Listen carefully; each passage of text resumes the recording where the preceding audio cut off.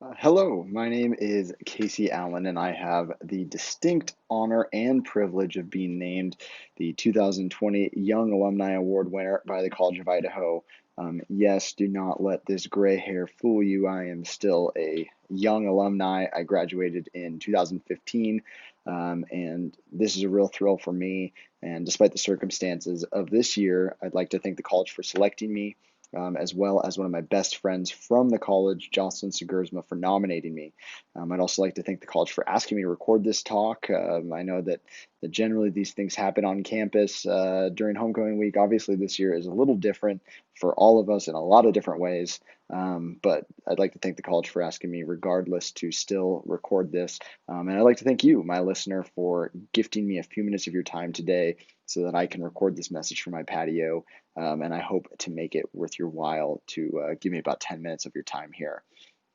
What a time to give a speech, huh? I mean, I don't have to tell you what a crazy year this has been. I'm a small business owner here in Boise. I co-founded a company called The Still in 2017, and my day job is leading and growing that organization. We're an ice cream company specializing in high quality creative concoctions, including vegan and booze infused options. We also do beer and wine pairings along with other unique offerings. We have two storefronts in Boise, and we have two more storefronts on the way in the Treasure Valley that will be opening in the spring of 2021. We're also in 18 grocery stores across the Treasure Valley. You can find us in Albertsons, Winco, the Boise Co-op, and hopefully a bunch more coming here pretty soon. That's all 50% shameless plug, and 50% setting the context for what I'd like to spend my 10 minutes talking with you about today. The past 3 years of my life have been consumed by building this business, and almost everything I've learned, all my personal growth, and much of my perspective has been shaped, as a result of this experience. We've got over 40 employees. We have sold hundreds of thousands of scoops and pints of ice cream, and we've been in business for over 3 years. And it's been quite the journey, entrepreneurship and business building, lots of ups and downs along the way, lots of stress, lots of gray hairs added to my head here. But something that I certainly am very proud of and wouldn't trade for anything, and looking forward to the next 3+ years of growth. Along those lines, I'd like to share 4 ideas with you that have really shaped my perspective, formed my worldview, and ultimately informed the way that I've built my company, and sort of the lessons I've learned along the way. And I hope that at least one of them, or some nugget within one of them, is useful and interesting to you. So without further ado, here are the 4 ideas that I'd like to chat with you about really quick today, and I hope you find them valuable. Idea number 1 is long-term thinking is a secret weapon. Idea number 2 is not taking things personally is a superpower. Number 3 is lean into complexity, nuance, and not knowing. And idea number 4, to wrap it all up, is you can figure it out. So diving in, idea number 1, long-term thinking is a secret weapon. When you engage in long-term games with long-term people, all boats are lifted. There's plenty of ways to make a quick buck. There's plenty of alluring shortcuts that you're going to come across in life, but the path to long-term fulfillment and success is to maintain a long-term outlook.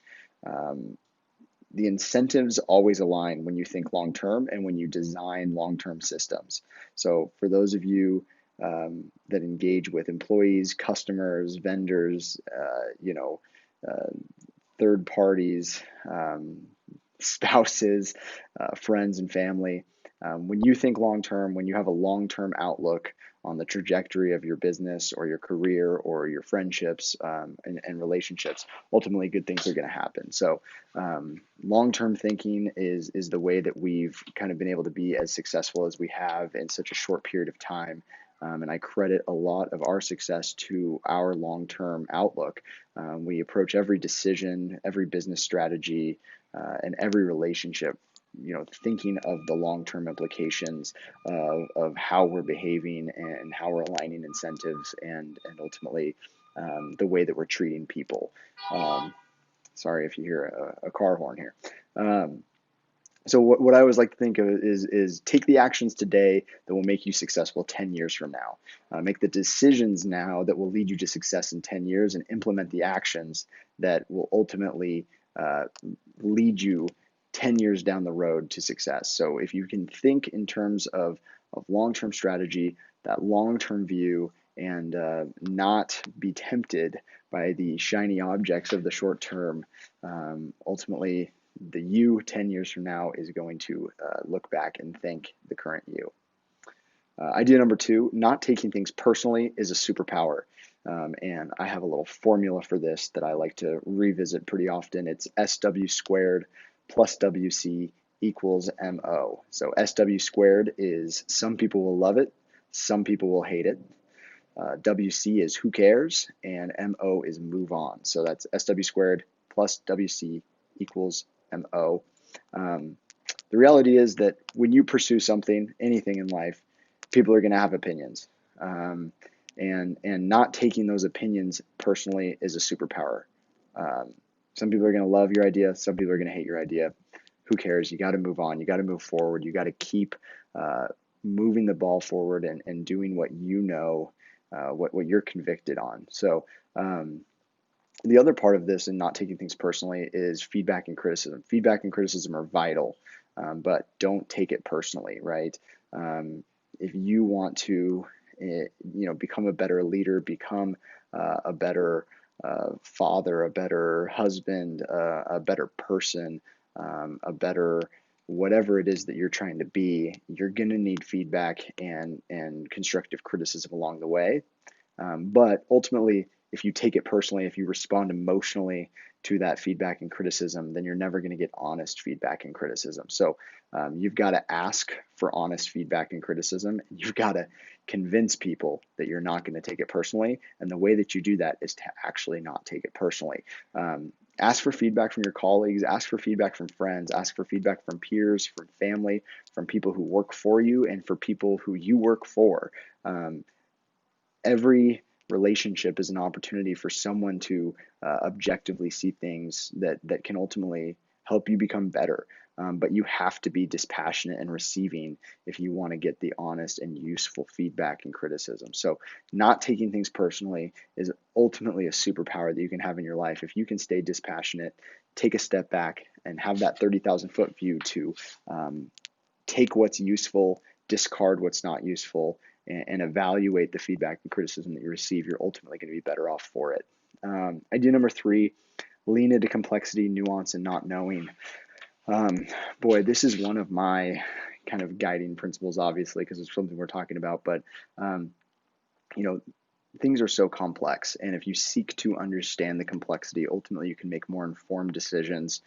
You can think more clearly about the implications of your decisions and the second and third order effects of your decisions, and ultimately you get better outcomes when you understand the complexity and the nuance of any sort of challenge that you're facing. I like to joke that in entrepreneurship, we measure our time in crisis intervals, right? We're always responding to some kind of a crisis, but taking that step back again, it's similar to not taking things personally. But when you can take a step back, seek to uncover the complexity, seek to uncover the nuance, and appreciate the nuance and complexity, and also embrace not knowing.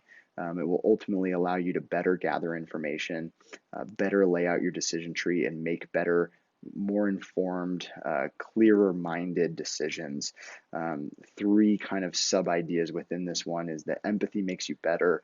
And so with that, by that I mean the more you can put yourself into the shoes of other participants, in any given situation, and really understand their experience, why they feel the way they do, and kind of do your best to see things from their side, is only going to strengthen your ability to take in the complexity of the situation, and factor that into your decision making process. So I'm constantly trying to understand why my employees might feel the way they do, why a customer might feel the way they do, why a vendor or partner might feel the way they do, and try to put myself in their shoes and make decisions that ultimately are a win-win for them and for us. So having that empathy and leveraging that position of being able to really argue your opponent's side, or argue for the side that you're not necessarily on. Recognize that there's nuance, and that their experience and opinions are valid as well. Ultimately will make you better in terms of your decision making, and also just kind of as a person. And so that's one idea. Strong views loosely held is the second idea here. It's great to be convicted. It's great to take bold action in the direction of your goals, but ultimately never hold too tightly to your views. Always have that loose grip, and be willing to adapt and modify and add more nuance to your position. So strong views, loosely held. And the last one is I may be wrong. I might be wrong. I get a lot of flack from the people that work for me. They like to make fun of me for saying this so frequently. I'm a pretty opinionated person, and I have to be, because I'm just constantly making decisions for my company. But I always caveat it with I might be wrong. I may be wrong. I may not know. And so having that attitude that this is what I think, this is the decision we're going to go, but hey, I might be wrong, and if I am wrong, I'll admit that I'm wrong, and I'll be the first one to suggest that we course correct, is ultimately a way that you can acknowledge and lean into complexity and nuance, and not knowing without it paralyzing you to action. Idea number 4 that I'd like to share here, and this is rounding it out and taking us home here, is you can figure it out.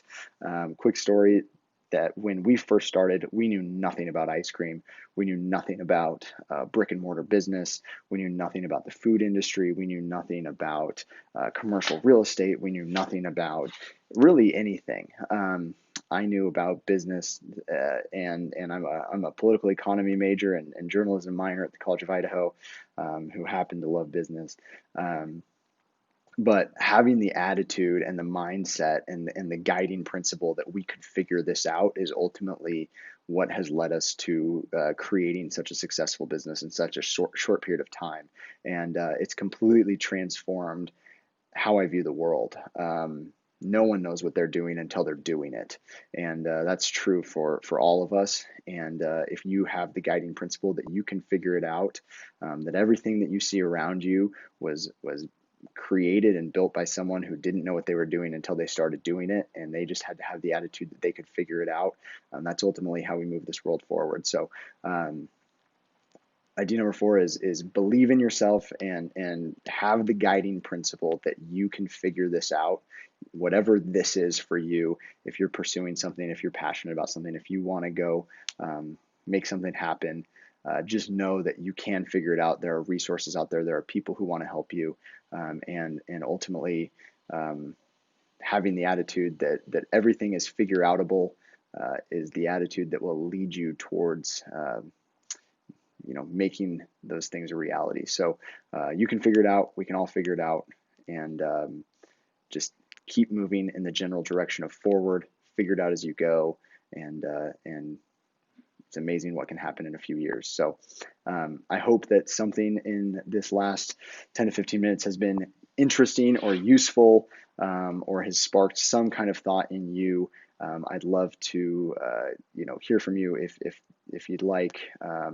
And next time you're in Boise, come visit our shop at the Still and talk shop with me. And it would be great to meet you and just chat more. So thanks again for giving me your time, and thanks again to the college for this great honor. And go Yotes, and hope to see some of you guys sometime soon.